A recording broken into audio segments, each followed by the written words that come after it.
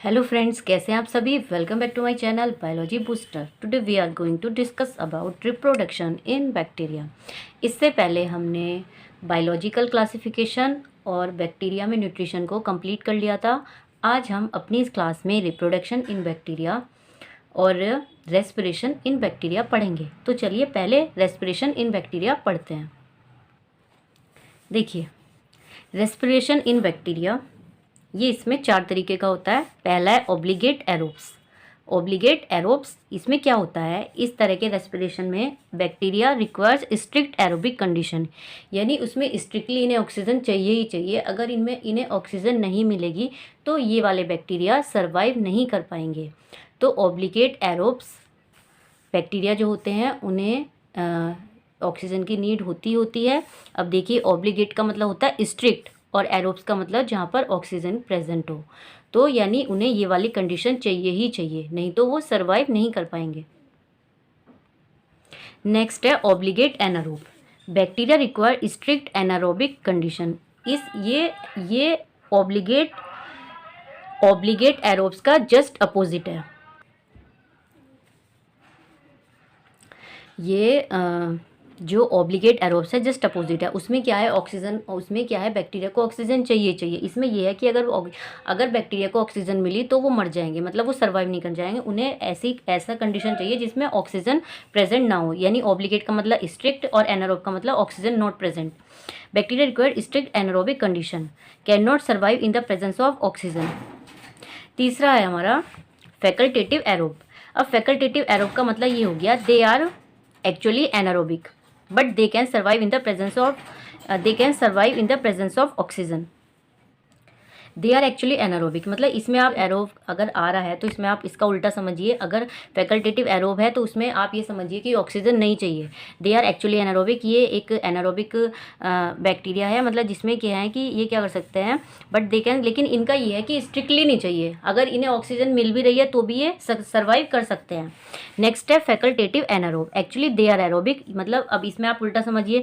Anaerobe दे रखा है, इसका मतलब क्या है, ये एरोबिक है। ठीक है, अगर फैकल्टेटिव आ रहा है तो फैकल्टेटिव के साथ अगर एनारोब लिखा है तो उसका मतलब हुआ एरोबिक, और अगर फैकल्टेटिव के साथ एरोब लिखा हुआ है तो उसका मतलब हो गया एनएरोबिक। ठीक है, actually they are aerobic but they can survive in the absence of. ये एरोबिक मतलब ये एरोबिक बैक्टीरिया होते हैं, लेकिन इनका क्या है, लेकिन ये एब्सेंस मतलब ऑक्सीजन के एब्सेंस में भी सर्वाइव कर सकते हैं। जैसे अभी हमने ऊपर 2 पढ़े अभी, obligate aerobes and obligate anaerobe. तो उनका क्या है, उनका तो स्ट्रिक्टली अगर वो एरोबिक है तो उन्हें ऑक्सीजन ही चाहिए, और अगर वो ऑब्लिगेट एनारोब है तो उन्हें ऑक्सीजन नहीं चाहिए। अगर ऑक्सीजन उन्हें मिली तो मर जाएंगे। लेकिन फैकल्टेटिव में उल्टा है। फैकल्टेटिव एरोब का मतलब ये है कि यानी वो कैसे बैक्टीरिया है जो बिना ऑक्सीजन के रेस्पिरेशन करते हैं, लेकिन अगर उन्हें ऑक्सीजन मिलती भी है तो भी वो सर्वाइव कर जाते हैं। सेम फैकल्टेटिव एनारोब का है। अगर वो कौन से बैक्टीरिया है, वो है ऐसे बैक्टीरिया जिन्हें ऑक्सीजन चाहिए, लेकिन अगर ऐसा नहीं है, अगर उन्हें ऑक्सीजन नहीं मिलती तो वो सर्वाइव नहीं कर पाते। तो ये हमारा 4 तरीके का रेस्पिरेशन इन बैक्टीरिया है। एक बार समराइज कर लीजिए, obligate aerobes, obligate anaerobe, facultative aerobe and facultative anaerobe. तो आई होप सो आपको समझ आया हो। अब हम पढ़ते हैं रिप्रोडक्शन इन बैक्टीरिया। देखिए, रिप्रोडक्शन इन बैक्टीरिया, सबसे पहला एसेक्सुअल डायरेक्ट सेल डिवीजन। इसमें क्या होता है, एसेक्सुअल रिप्रोडक्शन में ये क्या करते हैं, सेक्सुअल तो इनमें होता ही नहीं है, सेक्सुअल रिप्रोडक्शन तो होता ही नहीं है, बस एक थोड़ा सा सेक्सुअल रिप्रोडक्शन के जैसा, मतलब जिसे हम पैरासेक्सुअल रिप्रोडक्शन बोलते हैं, जिसमें बस डीएनए मटेरियल इनका चेंज होता है, लेकिन जो एक सेक्सुअल रिप्रोडक्शन है वो प्रोसेस इनमें नहीं होता है। तो ये सेक्सुअल जो होता है वो एमाइटोटिक होता है, जिसमें no spindle fibre formation, no chromosome condensation. और जो ये एसेक्सुअल होता है ये बाइनरी फिजन के द्वारा होता है। किसके थ्रू होता है, बाइनरी फिजन से। बाइनरी फिजन में क्या होता है, एमाइटोटिक होगा, जिसमें no interphase, no metaphase, no prophase, no anaphase, no prophase, no metaphase, no anaphase, no telophase. तो इस तरह का ऐसा कुछ इनमें देखने को नहीं मिलता है। अब आप देखिए कैसे होगा इनमें एसेक्सुअल यानी बाइनरी फिजन कैसे होगा। देखिए, मान लिया कि एक बैक्टीरियल सेल है, ठीक है, इसके अंदर ये इनका डीएनए मटेरियल है, जेनेटिक मटेरियल, जिसे हम क्या बोलते हैं, जीनोफोर या फिर न्यूक्लियोटाइड। क्योंकि ये अनडेवलप्ड रहता है, पूरी तरह से डेवलप नहीं रहता है, इसलिए इसका नाम दिया गया है जीनोफोर या फिर न्यूक्लियोटाइड। अब ये बैक्टीरिया सेल क्या करता है, ये इसमें क्या होता है, थोड़ा सा स्प्रेड होता है, ये फैलता है, थोड़ा सा एक्सटेंड होता है। एक्सटेंड होने के बाद ये क्या करता है, बाइनरी फिजन के द्वारा ये अलग हो जाता है, मतलब बीच में से टूट जाता है। तो इसमें क्या होता है, ये जब ये बीच में से स्प्रेड होगा, एक्सटेंड होगा, तो खींच के ही अलग हो जाएगा, जिसमें आधा मटेरियल इनका एक सेल में और आधा मटेरियल इनका एक सेल में हो जाएगा। तो आप देखिए बाइनरी फिजन के द्वारा एक पेरेंट सेल से 2 डॉटर सेल फॉर्म्ड हो जाती है बैक्टीरिया में। Bacteria divide by binary fission during favourable condition only. और हाँ, ये जो बैक्टीरिया में जो ये बाइनरी फिजन होता है, ये सिर्फ फेवरेबल कंडीशन में होता है। अब फेवरेबल कंडीशन क्या हुई, जैसा वे टेम्परेचर चाहते हैं, जैसे वो एटमॉस्फेयर चाहते हैं, जिस तरीके का उनका एक अपना मतलब फेवरेबल चीज़ें हैं, अगर वो उन्हें मिलती है तब वो बाइनरी फिजन करते हैं। इफ़ ड्यूरिंग अनफेवरेबल, अगर अनफेवरेबल कंडीशन आ जाती है, मान लिया अगर टेम्परेचर उनके जो जिस टेम्परेचर में वो सर्वाइव कर रहे हैं उससे ज़्यादा टेम्परेचर हो गया, या जिस तरह की भी अनफेवरेबल कंडीशन क्रिएट हुई हो, तो bacteria do not divide, bacteria divide नहीं करते हैं। Undergo perennation. अब ये पेरिनेशन क्या होता है, पेरिनेशन का मतलब ये होता है कि वो जो बैक्टीरिया है वो अपने चारों तरफ ना एक कोटिंग क्रिएट कर लेते हैं, एक ऐसी कोटिंग क्रिएट कर लेते हैं जो बैक्टीरियल सेल को नष्ट होने से, खराब होने से बचाती है। तो वो इस तरह की, पेरिनेशन का मतलब होता है कवच, सुरक्षा कवच, एक वो कोटिंग क्रिएट कर लेते हैं and form perennation structure known as endo. मतलब एक, जैसे मान लीजिए बैक्टीरियल सेल है तो इसके चारों तरफ ना एक इस तरह का स्ट्रक्चर ये क्रिएट कर लेंगे, जिसे हम क्या बोलते हैं, एंडोस्पोर। और इस प्रोसेस को क्या बोलते हैं, पेरिनेशन, यानी मतलब अपने लिए एक सुरक्षा कवच तैयार करना। जो पेरिनेशन है वो एक not a method of reproduction, मतलब वो रिप्रोडक्शन का कोई तरीका नहीं है। हाईली रेजिस्टेंस, वो एक हाईली रेजिस्टेंस है, यानी वो इस तरह का स्ट्रक्चर क्रिएट कर लेता है जिससे वो और चीज़ों से सेफ रहता है। हाईली प्रोटेक्टिव रहता है। इन कॉर्टेक्स प्रेजेंस ऑफ कैल्शियम, मतलब जब वो देखिए जो ये बैक्टीरियल सेल है इसके तरफ वो एक कोटिंग कर लेता है जिसे हम कॉर्टेक्स बोल देते हैं। तो उस कॉर्टेक्स में क्या होता है, कैल्शियम और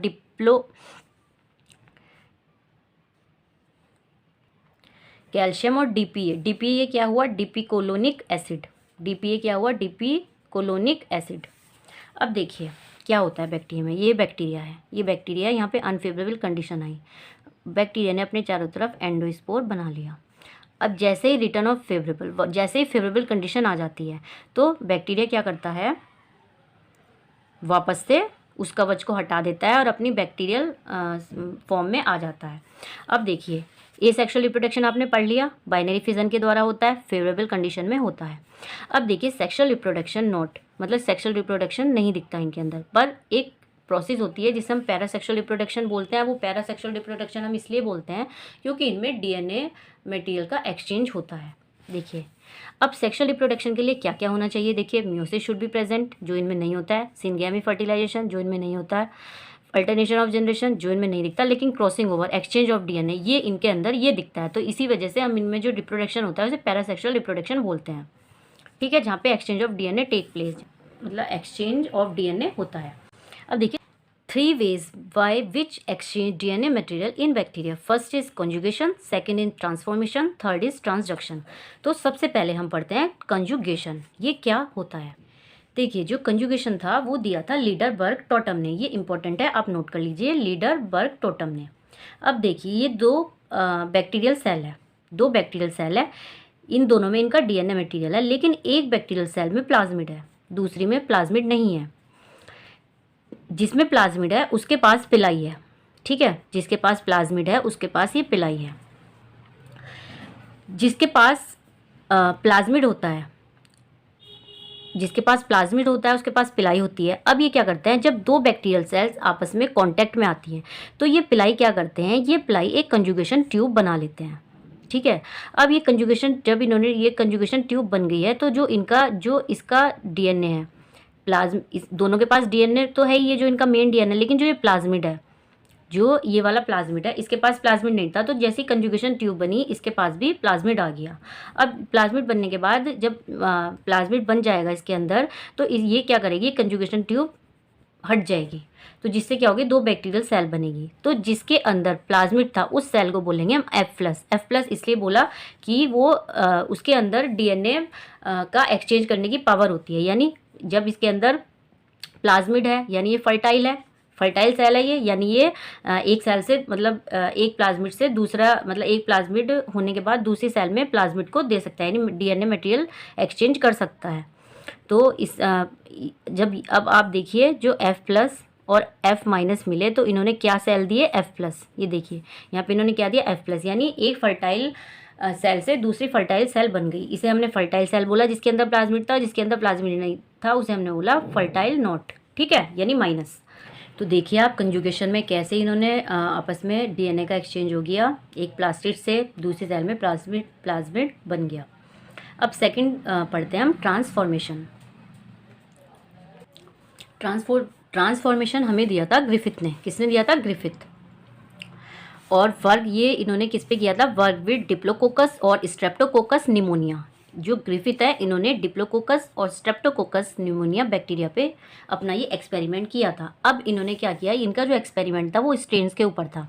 तो इन्होंने क्या किया, 2 तरह के स्ट्रेन लिए, मतलब स्ट्रेन से मतलब है बैक्टीरिया, 2 तरह के बैक्टीरिया लिए।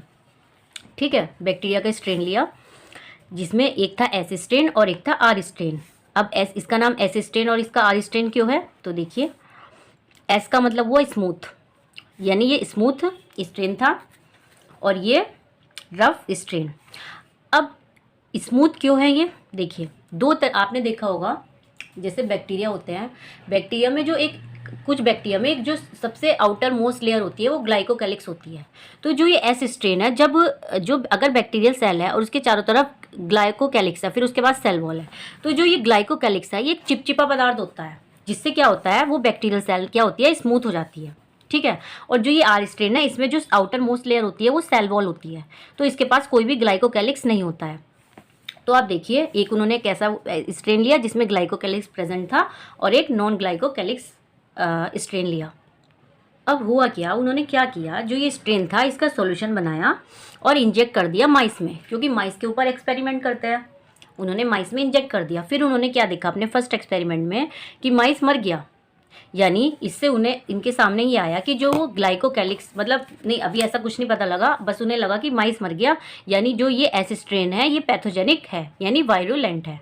अब सेकंड एक्सपेरिमेंट में क्या किया उन्होंने, सेकंड में क्या किया, जो आर स्ट्रेन था उन्होंने उससे सॉल्यूशन बनाया और इंजेक्ट विद माइस में दे दिया उन्होंने इंजेक्शन के रूप में। लेकिन इसमें क्या, वो माइस सर्वाइव कर गए, जो कि यानी इससे उन्हें क्या पता चला कि जो आर स्ट्रेन है वो नॉन पैथोजेनिक है। यानी इससे एक बात तो सामने आई, जो ग्लाइकोकैलिक्स, इसके पास ग्लाइकोकैलिक्स था, इसके पास ग्लाइकोकैलिक्स नहीं था, यानी जो ग्लाइकोकैलिक्स की जो लेयर है वो पैथोजेनिक है। यानी जिस बैक्टीरिया में ग्लाइकोकैलिक्स की लेयर है वो पैथोजेनिक है और जिसमें नहीं है वो पैथोजेनिक नहीं है। इस एक्सपेरिमेंट से ये बात सामने आई। अब वो यहाँ ही नहीं रुकने वाले थे, अब वो उन्होंने किया तीसरा एक्सपेरिमेंट, जिससे ट्रांसफॉर्मेशन सामने आएगा कि ट्रांसफॉर्मेशन क्या होता है। अब देखिए उन्होंने अपने थर्ड एक्सपेरिमेंट में किया जो ये एस स्ट्रेन है हीटेड किल्ड, यानी जब उन्होंने एस स्ट्रेन को गर्म किया तो जो उनके बाहर वो जो चारों तरफ ग्लाइकोकैलिक्स था की लेयर थी वो ख़त्म हो गई। फिर जब वो ख़त्म हो गई उसके बाद उन्होंने क्या किया, फिर इंजेक्ट किया, तो अब क्या थे, माइस जिंदा थे। ठीक है, माइस जिंदा निकले। अब उन्होंने क्या किया, अब थर्ड एक्सपेरिमेंट में माइस अलाइव निकले। अब उन्होंने फोर्थ एक्सपेरिमेंट किया। अब उन्होंने क्या किया, जो ये हीटेड किल्ड एस स्ट्रेन था इसे लाइव आर स्ट्रेन के साथ मिला दिया। ठीक है, और इंजेक्टेड इनटू माइसिस। माइस क्या हुआ, मर गए, जबकि माइस तो जिंदा रहने चाहिए थे, क्योंकि इसके अंदर भी ग्लाइकोकैलिक्स नहीं है, इसके अंदर भी ग्लाइकोकैलिक्स नहीं है। ठीक है, तो माइस क्या हुए, मर गए। अब देखते हैं ऐसा क्या हुआ। देखिए ये एक हीटेड किल्ड एस स्ट्रेन है। ठीक है, इसके पास इसका डीएनए है, इसके पास क्या है, इसका डीएनए। ये लाइव आर स्ट्रेन है, इसके पास इसका अपना डीएनए है। ठीक है, तो जब उन्होंने क्या किया, जब इसे मिलाया, अब इसके पास ग्लाइकोकैलिक्स तो नहीं है ना, इसके पास ग्लाइकोकैलिक्स है। अब ये वाला डीएनए, आपको पता ही है बैक्टीरियल सेल में जो डीएनए का एक्सचेंज होता है वो कांटेक्ट में आने से होता है। तो जब ये इसके मतलब आपस में मिलाया तो इसका डीएनए ने इसके डीएनए को एब्जॉर्ब किया। ठीक है, जब ये इसका इसने इसके डीएनए को इसने एब्जॉर्ब किया तो उसके बाद क्या हुआ, जब ये यहाँ पहुँच गया इसके पास, ठीक है, एब्जॉर्ब कर लिया। जब ये यहाँ पहुँच गया तो इसने क्या किया, जो इसके अंदर प्रॉपर्टीज़ थी, जो इसके अंदर अपनी प्रॉपर्टीज़ थी वो इसने क्या किया, इसके साथ मिलके ग्लाइकोकैलिक्स बना लिया। अब आप सोच सकते हो कि ग्लाइकोकैलिक्स तो यहाँ भी बना सकते हैं, क्योंकि यहाँ पे फेवरेबल कंडीशन नहीं थी जिससे ग्लाइकोकैलिक्स बनती, ऐसी फेवरेबल कंडीशन नहीं थी। तो इसने क्या किया, क्योंकि ये तो नॉर्मल था, ये तो गर्म नहीं हुआ था, इसे तो हीट नहीं किया था, ये तो नॉर्मल था। जैसे ही अब इसके पास जो जीन थे उसके पास सारी प्रॉपर्टी थी ग्लाइकोकैलिक्स बनाने की, जैसे ही उसे फेवरेबल कंडीशन मिली, जैसे ये दूसरे उसमें गया, इसका जीन इसमें गया तो उसके पास फेवरेबल कंडीशन आ गई। उसने उस फेवरेबल कंडीशन से क्या किया, इसके चारों तरफ ग्लाइकोकैलिक्स बना लिया। अब इसी ग्लाइकोकैलिक्स की वजह से जो आर स्ट्रेन था वो एस स्ट्रेन में कन्वर्ट हो गया, और जैसे ही वो चूहों में इंजेक्ट हुए वो मर गए। तो ये था ट्रांसफॉर्मेशन। यानी इसमें क्या हुआ, इसमें एब्जॉर्प्शन से, मतलब जब एक सेल का डीएनए दूसरे सेल के डीएनए को एब्जॉर्ब कर लेता है, तो उनके बीच जो क्या होता है, जो जीन कॉम्बिनेशन होता है, जो जीन का आपस में एक्सचेंज होता है, वो होता है ट्रांसफॉर्मेशन। यानी इसमें जब इन्होंने एब्जॉर्ब किया, एब्जॉर्ब कब होता है, एब्जॉर्ब होता है ट्रांसफॉर्मेशन से, सॉरी ट्रांसफॉर्मेशन कब होता है, एब्जॉर्ब करने से। यहाँ पे एब्जॉर्ब हुआ, चीज़ें एब्जॉर्ब हुई, तो उससे क्या हुआ, जो इनके आपस में मटेरियल था वो एक्सचेंज हो गया। यानी क्या हुआ, ट्रांसफॉर्म हो गई चीज़ें, यहाँ इसकी मतलब जो इसके अंदर प्रॉपर्टी थी वो इसके अंदर चली गई, तो इसे हमने क्या बोला, ट्रांसफॉर्मेशन। यानी जो एक नॉन ग्लाइकोकैलिक्स बैक्टीरिया था वो ट्रांसफॉर्मेशन की वजह से ग्लाइकोकैलिक्स बन गया। तो इसी तरीके से इनमें क्या हुआ, जीन का एक्सचेंज हुआ। तो इस एक्सपेरिमेंट से ये बात सामने आई कि भाई ट्रांसफॉर्मेशन यानी एब्जॉर्प्शन से, एब्जॉर्ब करने से एक बैक्टीरियल सेल की जो प्रॉपर्टी थी वो दूसरे में ट्रांसफॉर्म हो गई। तो ये इनका सेकंड एक्सपेरिमेंट था। अब हम सेकंड वे था ट्रांसफॉर्मेशन जो डीएनए का एक्सचेंज करता है। अब हम पढ़ेंगे थर्ड, ट्रांसडक्शन। ट्रांसडक्शन दिया था बाय जिंडर एंड लेडरवर्क ने। वर्क विद सैलोमोनेला टाइफी, इसे तो आप जानते ही होंगे, ये कॉज बनता है टाइफॉइड का। किसका बनता है, टाइफॉइड डिसीज़ का, सैलोमोनेला टाइफी। अब देखिए क्या है ये, एक इसमें क्या होता है, इस ट्रांसडक्शन में ये बोला गया है कि जो ट्रांसडक्शन में जो डीएनए का एक्सचेंज होता है वो अभी तक तो क्या देख रहे थे आपकी बैक्टीरियल सेल आपस में कांटेक्ट में आई थी, लेकिन जो ये ट्रांसडक्शन का मेथड है इसमें बैक्टीरियल सेल कांटेक्ट में भी नहीं आती है, तब भी इनके बीच डीएनए मटेरियल का एक्सचेंज हो जाता है। अब कोई ना कोई तो ऐसा होगा जो इनके बीच ये काम करा रहा है, तो वो देखिए वो है बैक्टीरियोफेज। बैक्टीरियोफेज क्या होता है, बैक्टीरियोफेज एक बैक्टीरियल सेल पे अटैक करता है, एक बैक्टीरियल सेल पे अटैक करता है। ये देखिए बैक्टीरिया, उसका अपना ये इसका अपना डीएनए यानी वायरल डीएनए है, इसका प्रोटेक्शन कोड है, ये बैक्टीरियोफेज है। अब ये क्या है, अब ये एक बैक्टीरियल सेल है, इसने इस पर अटैक करा। जैसे इस पर अटैक करता है ये अपना वायरल डीएनए ना यहाँ पे इसमें आ जाता है, और ये इस तरह से बैक्टीरियोफेज इसमें भी बनाने लगता है इस तरीके से। ये मतलब अपनी टेल से इस पर चिपक जाता है, इसकी टेल है इससे इस पर चिपक जाएगा और अंदर ग्रोथ करने लगेगा। आप जानते हो जैसे वायरल जो वायरस है वो एक डेड ऑर्गेनिज्म है, लेकिन जैसे ही वो किसी लाइव ऑर्गेनिज्म के अंदर आएगा तो वो भी लाइव हो जाता है। यानी वो उसी सेल के जो सेल के अंदर फंक्शन है उसी को यूज़ करके उसमें ग्रोथ करने लगता है। अब यहाँ इसने क्या किया, रेप्लिकेशन करना स्टार्ट कर दिया इसके डीएनए ने, और जो ये वाला इसका बैक्टीरियल सेल का डीएनए है इसे भी इसने तोड़ना स्टार्ट कर दिया। और जब इसने देखिए यहाँ पे इसने ग्रोथ करी, यहाँ पे कम किए, यहाँ पे करते करते इतना बड़ा बना लिया उन्होंने। अब इसने इसका भी तोड़ना स्टार्ट करा, इसका बैक्टीरियल डीएनए, और इसे बैक्टीरियोफेज यहाँ पे बनाने लगा अपना। तो इसमें पहले आप देखिए ट्रांजैक्शन है क्या, transfer of DNA between two bacteria without physical contact but with the help of bacteriophage called transduction.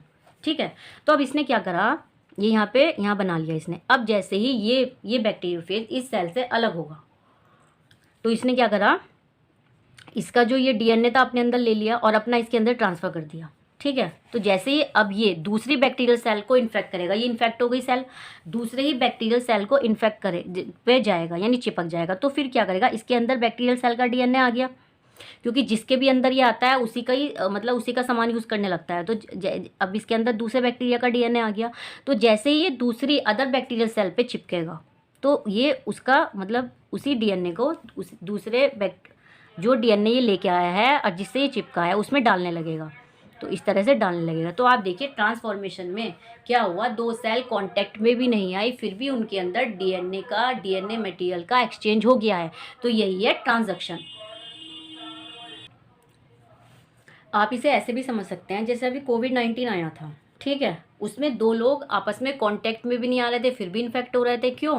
क्योंकि जो वो अपना इन्फेक्शन है वो किसी और चीज़ को दे रहे थे। जैसे ही वो दूसरे हम लोग उस चीज़ को छू देते थे तो हम भी इन्फेक्टेड हो जाते थे, यानी हम बिना कांटेक्ट में आए हुए वो इन्फेक्शन दूसरी चीज़ से ले रहे थे। तो यहाँ पे जो मीडियम हो गया वो बैक्टीरियोफेज हो गया, दो बैक्टीरियल सेल का आपस में वो कॉन्टैक्ट में भी नहीं आ रही, फिर भी वो इन्फेक्टेड हो रही है, या फिर उनका जो डीएनए का मटेरियल है वो एक्सचेंज हो रहा है। तो ये इस तरह के हमारे 3 वेज थे, conjugation, transformation and transaction. I hope so आपको समझ आया हो। अब हम पढ़ेंगे टाइप्स ऑफ बैक्टीरिया।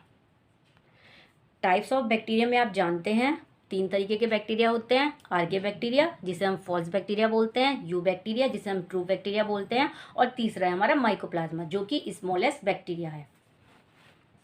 देखिए, जो आर्के बैक्टीरिया है ये क्या होते हैं, ग्राम नेगेटिव होते हैं। ठीक है, क्या होता है, ग्राम नेगेटिव, और lovers of extreme condition, lovers of extremophiles, यानी मतलब इन्हें ना कोई भी चीज़ एक्सट्रीम में पसंद है। टेम्परेचर एक्सट्रीम में पसंद, पानी की गहराई एक्सट्रीम में पसंद, कोल्ड एक्सट्रीम में पसंद, मतलब हर चीज़ इन्हें, कोई नॉर्मल चीज़ चाहिए ही नहीं, एक्सट्रीम एक्सट्रीम एक्सट्रीम, ये लवर्स होते हैं एक्सट्रीम के।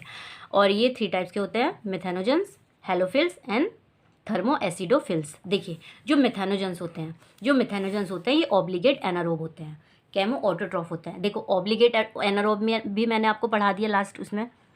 ठीक है, ऑब्लिगेट एनारोब तो मैंने इसी क्लास में पढ़ाया है, जो केमोटोट्रॉफ है वो मैंने आपको न्यूट्रिशन की क्लास में पढ़ाया था। देखिए, ऑब्लिगेट एनारोब क्या होते हैं, जिन्हें स्ट्रिक्टली ऐसी कंडीशन चाहिए जिसमें ऑक्सीजन ना हो, यानी जो ये मिथेनोजेंस है ये वहाँ सर्वाइव कर पाते हैं जो ऑक्सीजन एब्सेंस है, जो ऑक्सीजन की एब्सेंस है।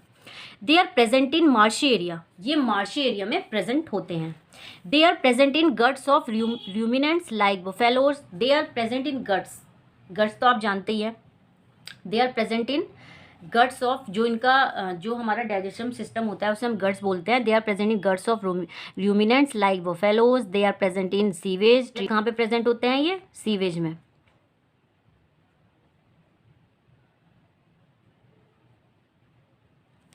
और ये यूज़फुल भी है, treatment plants involve in production में भी काम आते हैं। ये बायोमास के आप जानते हो, मीथेन, ये जो हमारे लिए उपयोगी गैस है ये, और इसमें क्या प्रेजेंट होता है, मीथेन, और इसका एग्जाम्पल है मिथेनोबैक्टीरियम। ये कौन सा मतलब बैक्टीरिया करता है, मिथेनोबैक्टीरियम। तो एक बार देख लीजिए, ये ऑब्लिगेट एनारोब है, केमोटोट्रॉफ होते हैं। केमोटोट्रॉफ भी मैंने आपको बताया था। केमोटोट्रॉफ वो होते हैं जो अपना जो खाना होता है वो केमिकल से लेते हैं। ठीक है, केमिकल से अपना इनऑर्गेनिक फूड को ऑर्गेनिक फूड में कन्वर्ट करते हैं। They are present in marshy area में प्रेजेंट होते हैं, गट्स में प्रेजेंट होते हैं, रूमिनेंट्स की लाइक बफेलो, सीवेज में प्रेजेंट होते हैं, और ये यूज़फुल भी है, प्लांट के ट्रीटमेंट में काम आते हैं, और इन्वॉल्व इन, और कहाँ पे प्रोडक्शन में काम आते हैं, ये बायोमास मतलब जो बायोमास गैस है उसके इन प्रोडक्शन में काम आते हैं, और इसका एग्जाम्पल है मीथेन बैक्टीरियम। अब नेक्स्ट पढ़ते हैं हम halophiles. They are facultative anaerobe. अब फैकल्टेटिव एनारोब मैंने आपको रेस्पिरेशन वाले टॉपिक में बताया था। फैकल्टेटिव एनारोब क्या होते हैं, जैसे इसका अपोजिट होता है, अगर फैकल्टेटिव लगा हो, अगर एनारोब है तो एरोब होंगे। एरोब का मतलब क्या होगा, यानी उन्हें ऑक्सीजन चाहिए। तो जो ये हेलोफिल्स है क्या है, ये फैकल्टेटिव एनारोब, यानी इन्हें ऑक्सीजन की नीड होती है। हेटरोट्रॉप्स होते हैं और सॉल्टी एरिया में मिलता है, एक्सट्रीम एक्सेसिव सॉल्टी एरिया में, और इनकी जो एक्सट्रीम सॉलिनिटी होती है वो 35% से ज़्यादा होती है। इस तरह के जो बैक्टीरिया है उसमें एक पिगमेंट होता है बैक्टीरिया होडोप्सिन, जो कि एटीपी का फॉर्मेशन करते हैं, लेकिन इसे यूज़ नहीं कर पाते। जब ये यूज़ नहीं कर पा रहा है इसीलिए इन्हें हेटरोट्रॉप्स बोला गया है। यानी तो समझिए आप, हेलोफिल्स का हेलो का मतलब सॉल्ट हो गया, और जहाँ पर सॉल्ट हो आप इससे पहचान सकते हैं हेलोफिल्स, यानी जो बहुत, ये कहाँ मिलते हैं, एक्सट्रीम एक्सेसिव सॉल्टी एरिया में। फैकल्टेटिव एनारोब होते हैं, यानी इन्हें ऑक्सीजन चाहिए होती है, लेकिन ऐसा नहीं है कि बिना ऑक्सीजन के ये सर्वाइव कर पाते हैं। ये नेचर इन हेटरोट्रॉप्स होते हैं न्यूट्रिशन में, और सॉल्टी एरिया में मिलते हैं। इनकी जो सॉलिनिटी होती है वो 35% से ज़्यादा होती है, और इनके अंदर एक पिगमेंट होता है जिसका नाम है बैक्टीरिया होडोप्सिन, जिससे ये क्या करते हैं, एटीपी फॉर्मेशन कर लेते हैं, लेकिन इसे यूज़ नहीं कर पाते, इसलिए इन्हें हेटरोट्रॉप्स बोला गया है। इसके एग्जाम्पल है हेलोकोकस एंड हेलोबैक्टीरियम। अब नेक्स्ट पढ़ते हैं हम थर्मो एसिडोफिल्स। देखिए, थर्मो एसिडोफिल्स में क्या है, ये है फैकल्टेटिव एनारोब। अब इसका उल्टा मीनिंग है। फैकल्टेटिव एनारोब का मतलब ये हो गया, फैकल्टेटिव एनारोब का यानी अगर फैकल्टेटिव एनारोब का मतलब तो यही हो गया कि इन्हें भी ऑक्सीजन की नीड है। फैकल्टेटिव एनारोब का मतलब ये हो गया, इन्हें भी ऑक्सीजन की ज़रूरत होती है, लेकिन ऐसा नहीं है कि ये बिना ऑक्सीजन के सर्वाइव नहीं कर पाते। केमोसिंथेटिक का मैंने आपको बताया था। केमोसिंथेटिक होता है जिसमें क्या करते हैं, ये केमिकल से अपना भोजन लेते हैं। हाईली टेम्परेचर, अब जैसे नाम में ही आ रहा है थर्मो एसिड, यानी अब आपने ऊपर पढ़ा है जो ये आर्के बैक्टीरिया ये एक्सट्रीम कंडीशन को पसंद करते हैं, यानी एक्सट्रीम टेम्परेचर, एक्सट्रीम एसिड। तो इनका जो टेम्परेचर होता है वो एक्सट्रीम होता है, मतलब हाई टेम्परेचर 80 डिग्री सी, यहाँ पे इस कंडीशन में ये मिलते हैं। और जो इनका एसिडिक होता है, इसकी जो वैल्यू होती है वो 2 से भी कम होती है, लेस देन 2, यानी इतनी इनके अंदर एसिडिक वो होता है पीएच। देखिए अब ये क्या करते हैं, oxidize sulphur to form H2O and under aerobic condition. ये क्या करते हैं, सल्फर यानी H2SO4 का, सल्फर डाइऑक्साइड का H2SO4 का ऑक्सीडेशन करते हैं और क्या करते हैं, एरोबिक कंडीशन, मतलब एरोबिक कंडीशन में क्या करते हैं, H2SO4 का ऑक्सीडेशन करते हैं, जिससे क्या होती है, इन्हें एनर्जी मिलती है और इस एनर्जी को वो यूज़ करते हैं अपना खाना बनाने के लिए। इसका जो एग्जांपल है वो है थर्मोप्रोटियस। अगर देखिए, अगर ये एग्जांपल आया कि भाई थर्मोप्रोटियस, जैसे नाम में लगा है, ये है थर्मोएसिडोफिल्स यानी आर्के बैक्टीरिया। तो ये मैंने 3 तरह के बैक्टीरिया बताए आपको आर्के बैक्टीरिया में, मेथेनोजेंस, हेलोफिल्स और थर्मोएसिडोफिल्स। अब हम पढ़ेंगे दूसरे टाइप बैक्टीरिया यानी यू बैक्टीरिया के बारे में। ये थे फॉल्स बैक्टीरिया, अब हम पढ़ेंगे ट्रू बैक्टीरिया के बारे में।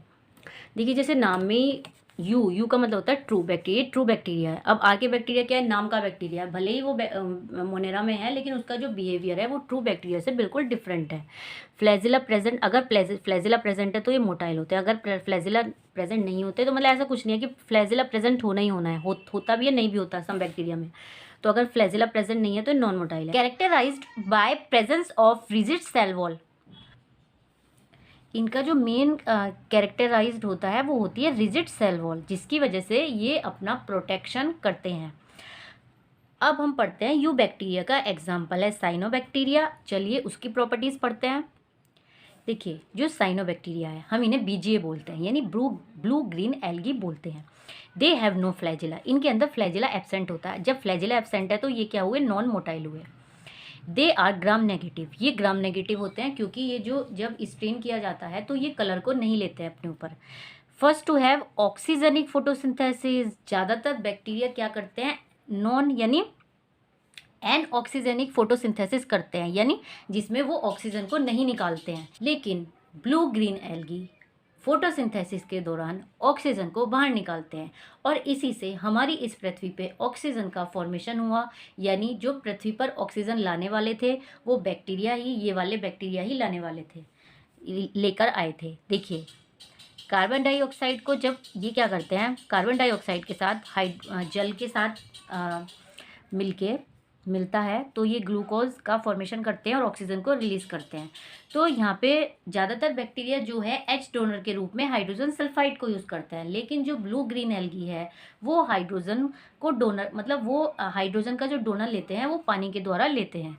तो जब ये पानी लेंगे तो ऑक्सीजन को रिलीज करेंगे। Important in evolution of aerobic life forms, यानी इम्पॉर्टेंट ये है कि इनसे ही एरोबिक लाइफ फॉर्म की स्टार्टिंग हुई थी। They causes bloom in polluted bodies, ये ज़्यादातर वहाँ मिलते हैं जहाँ पे गंदा पानी होता है, मतलब अपनी ग्रोथ कहाँ करते हैं ये ज़्यादातर, जहाँ पे पानी गंदा होता है और एक ब्लूम सा बना लेते हैं। दूसरा ये है कि ये कॉजेज रेड सी, ये रेड सी का कारण बनते हैं। जैसे कि आप जानते हैं कि जो बैक्टीरिया है ये बहुत ही सिंपल वे में, मतलब एक सिंपल उसमें डुप्लीकेशन करने लगते हैं सिंपल फॉर्म में। तो जब ये डुप्लीकेशन करेंगे तो ऑब्वियस सी बात है कि जो इनके अंदर पिगमेंट प्रेजेंट है वो भी डुप्लीकेट होंगे, और जब वो डुप्लीकेट होंगे तो क्या होता है, वहाँ पे हमें एक रेड सा अपीयरेंस दिखने लगता है। तो उसी को बोलते हैं कॉजेज रेड सी, यानी समुद्र है वहाँ पे रेड, मतलब एक लालपन सा नज़र हमें आता है। और ये कौन करता है, ये करता है ट्राइकोडेस्मियम इराइथ्रम। इराइथ्रम से आप जानते हैं कि रेड पिगमेंट वालों को बोलते हैं। तो अब आगे बढ़ते हैं। देखिए, और they are generally found in symbiotic association with other group. ये ज़्यादातर सिम्बायोटिक रिलेशनशिप में देखने को मिलते हैं। सिम्बायोटिक रिलेशनशिप वो होती है जिसमें दोनों लोगों को फ़ायदा होता है। यानी जैसे हम बैक्टीरिया को करें तो जहाँ भी बैक्टीरिया रह रहा है, जिस भी प्लांट पे रह रहा है, जहाँ भी रह रहा है, तो उससे उसे शेल्टर मिलता है, और जो प्लांट उसे शेल्टर दे रहा है उसे उस बैक्टीरिया से नाइट्रोजन फिक्सेशन मिलता है। एग्जाम्पल है एनाबिना, जो कि साइकस की जड़ों में रहता है, साइकेडी प्लांट के उसमें, तो ये साइकस ग्रुप में होता है। एनाबिना किसके साथ सिम्बायोटिक रिलेशनशिप में होता है? साइकस के। तो साइकस इसे शेल्टर देगा और एनाबिना इसकी जड़ों को क्या देगा? Nitrogen fixation. दूसरा एग्जाम्पल है हमारा एनाबिना किसके साथ सिम्बायोटिक उसमें दिखाता है? एजोली। एजोली क्या है? एक फन है। एजोली क्या है? एक फन है। तो ये एजोले से इसे क्या मिलता है? शेल्टर मिलता है। एजोले को इससे क्या मिलता है? एनाबिना से नाइट्रोजन फिक्सेशन मिलता है। इनके पास एक खास तरह की सेल होती है जिससे ये नाइट्रोजन फिक्सेशन कर देते हैं, वो अभी हम पढ़ेंगे आगे। अब देखिए, they are surrounded by mucilaginous sheath और जिलेटिनस शीट। इनके चारों तरफ क्या होता है? एक म्यूसिलेजिनस शीट होती है और जिलेटिनस शीट, जो कि इन्हें प्रोटेक्शन प्रोवाइड करती है। Most self dependent organism. ये मोस्ट सेल्फ मतलब देखिए, जब ये अपना खाना खुद बना लेते हैं तो मतलब ये किसी पे डिपेंड नहीं है। ये क्या बोले जाते हैं? मतलब सेल्फ डिपेंडेंट ऑर्गेनिज्म होते हैं ये। रिप्रोडक्शन हमने अभी पढ़ा है, इनमें बाइनरी फिजन के द्वारा होता है। बाइनरी फिजन किससे? एमाइटोटिक के द्वारा। और फ्रेगमेंटेशन, बाइनरी फिजन फ्रेगमेंटेशन किससे? एमाइटोटिक। ये इंक्लूजन बॉडी, मतलब इंक्लूजन बॉडी का मतलब होता है किसी चीज़ को स्टोरेज करना, जैसे कि साइनोफाइशियन ग्रेन्यूल, जो ये खाना बनाते हैं वो ये किसके फॉर्म में वो करते हैं? साइनोफाइशियन स्टार्च के रूप में स्टोरेज करते हैं। ये गुड फर्टिलाइजेशन होते हैं, यानी ये नाइट्रोजन फिक्सेशन करते हैं। अगर हमें कहीं कभी किसी भी सॉइल की या किसी भी हमें प्लांट की ग्रोथ करनी है, उस मिट्टी में अगर हम इन्हें डाल दें तो ये वहाँ पे नाइट्रोजन फिक्सेशन कर देंगे और as a good fertiliser act करेंगे। ये ज़्यादातर फिलामेंटस होते हैं और कॉलोनियल, ये फिलामेंटस होते हैं यानी तंतुदार होते हैं, कॉलोनी में रहना पसंद करते हैं, इसीलिए इन्हें कॉलोनियल बोलते हैं। और ये यूनिसेलुलर होते हैं। देखिए एक डायग्राम देखिए, नोस्टॉक का डायग्राम है। यहाँ पे ये वाली जो सेल है ये वेजिटेटिव सेल है। ये वेजिटेटिव सेल है जो कि क्या करती है? फोटोसिंथेसिस में मदद करती है, जिससे क्या होता है? ये कार्बन डाइऑक्साइड को फिक्सेशन करते हैं। दूसरी ये सेल है हेटेरोसिस्टेस। इस पे देखिए थोड़ी सी डार्क सेल वॉल है, और ये डार्क इसलिए है क्योंकि ये डार्क थिक वॉल्ड इसलिए है ताकि ये मतलब इम्परमिएबल हो ऑक्सीजन के लिए। मतलब जब ये नाइट्रोजन को फिक्सेशन करेंगे तो इन्हें ऑक्सीजन की नीड नहीं होती। तो और ये नाइट्रोजन को किससे फिक्स करते हैं? नाइट्रोजिनेस एंजाइम से। और इनके अंदर PS2, इनके अंदर फोटोसिंथेटिक 2, इनके अंदर PS2 भी एब्सेंट होता है, क्योंकि PS2 के थ्रू हम क्या बनता है? ऑक्सीजन बनता है, और ऑक्सीजन की इन्हें नीड नहीं होती है। ठीक है।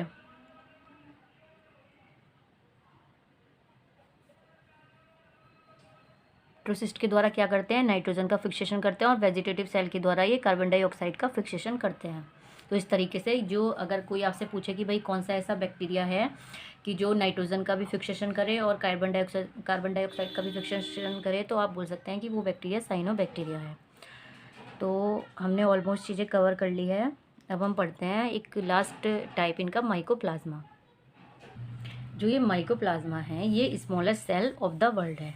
दूसरा ये है कि ये जोकर्स ऑफ प्लांट किंगडम बोला जाता है, क्योंकि शुरू में जो बैक्टीरिया है वो प्लांट में ही रखे गए थे, और बाद में जब क्लासिफिकेशन हुआ तब ये किंगडम मोनेरम में आए। तो इन्हें शुरू से ही जोकर्स ऑफ प्लांट किंगडम बोलते हैं। अब इन्हें जोकर ऑफ प्लांट किंगडम इसलिए बोलते हैं क्योंकि इनके अंदर सेल वॉल प्रेजेंट नहीं होती, और ये अपनी जैसे जोकर आपने देखा होगा अपने फेस चेंज करता रहता है, तो ये भी जब इनके अंदर सेल वॉल नहीं होती तो ये भी अपनी शेप चेंज करते रहते हैं, इसीलिए इन्हें जोकर ऑफ प्लांट किंगडम बोला जाता है। अगर क्वेश्चन ये आए कि जोकर ऑफ प्लांट किंगडम कौन है, तो आप माइकोप्लाज्मा मतलब माइकोप्लाज्मा लगाएंगे। फिर है bacteria with their quotes of. इनके अंदर क्या होता है? इनके अंदर सेल वॉल एब्सेंट होती है। इनके अंदर क्या होता है? सेल वॉल जब सेल वॉल इनके अंदर एब्सेंट होती है तो ये क्या होता है, इनसेंसिटिव होते हैं पेनिसिलिन के लिए। अब पेनिसिलिन क्या होती है, एक एंटीबायोटिक होती है जो कि सेल वॉल को तोड़ती है, यानी सेल वॉल को ख़राब करती है। तो जब इनके अंदर सेल वॉल ही नहीं है तो इन पेनिसिलिन इन पे काम ही नहीं करेंगे। अगर आपको मान लीजिए कोई इन्फेक्शन हो गया माइकोप्लाज्मा से, तो आपको आपके ऊपर पेनिसिलिन जो एंटीबायोटिक है वो काम नहीं करेगी, आपको स्ट्रेप्टोमाइसिन इस तरह की टैबलेट लेनी पड़ेगी जो माइकोप्लाज्मा पे काम करती है। ये पैथोजेनिक्स होते हैं टू बोथ प्लांट के लिए भी और एनिमल्स के लिए भी। इनका जो न्यूट्रिशन होता है ये हेट्रोट्रॉपिक होते हैं और ये पैरासाइटिक और सेप्रोफाइटिक रूप में होते हैं। They can cross the bacterial filter, और हाँ ये ना इतने स्मॉल होते हैं कि जो बैक्टीरियल फिल्टर होता है ये उसमें भी छन जाते हैं, यानी फिल्टर में छन जाते हैं, इसीलिए ये बहुत स्मॉल होते हैं। और दूसरा ये है क्योंकि जो वायरस है वो भी बैक्टीरियल फिल्टर में छन जाता है, तो इसीलिए इन्हें बोला जाता है दे आर रिजेंबल वायरस, ये वायरस के रिजेंबल बोले जाते हैं। अब एक डायग्राम देख लीजिए, देखिए जो इनकी ये जो सेल मेम्ब्रेन है ये लिपोप्रोटीन की बनी होती है, इनमें सोल्यूबल प्रोटीन होता है, डीएनए होता है, राइबोसोम जो होता है वो 70S होता है, और दे आर नॉन मोटाइल, ये नॉन मोटाइल होते हैं, यानी इनके अंदर भी फ्लैजिला देखने को नहीं मिलता है। तो ये हमारा आज का टॉपिक था। अब मैं कुछ एग्जांपल्स बता देती हूँ आपको आर्कियोबैक्टीरिया और साइनोबैक्टीरिया के, ताकि अगर आगे एग्ज़ाम में पूछे जाए तो आप आराम से टिक कर पाए। देखिए एग्जांपल्स मैंने अभी आपको बताया था, जो आर्कियोबैक्टीरिया के थे वो मिथेनोजेंस थे, हेलोफिल्स था और थर्मो एसिडोफिल्स था। और साइनोबैक्टीरिया का मैंने अभी आपको एक नॉस्टॉक बताया, यू बैक्टीरिया का एग्जाम्पल बताया मैंने आपको, cyanobacteria, E coli, lactobacilli and azospirillum. आप लिख लीजिए यहाँ पे एग्जाम्पल्स ऑफ यू बैक्टीरिया। तो ब्लू ग्रीन एल्गी, यानी जिसे हम साइनोबैक्टीरिया बोलते हैं। उसके बाद है ई कोलाई, लैक्टोबैसिली,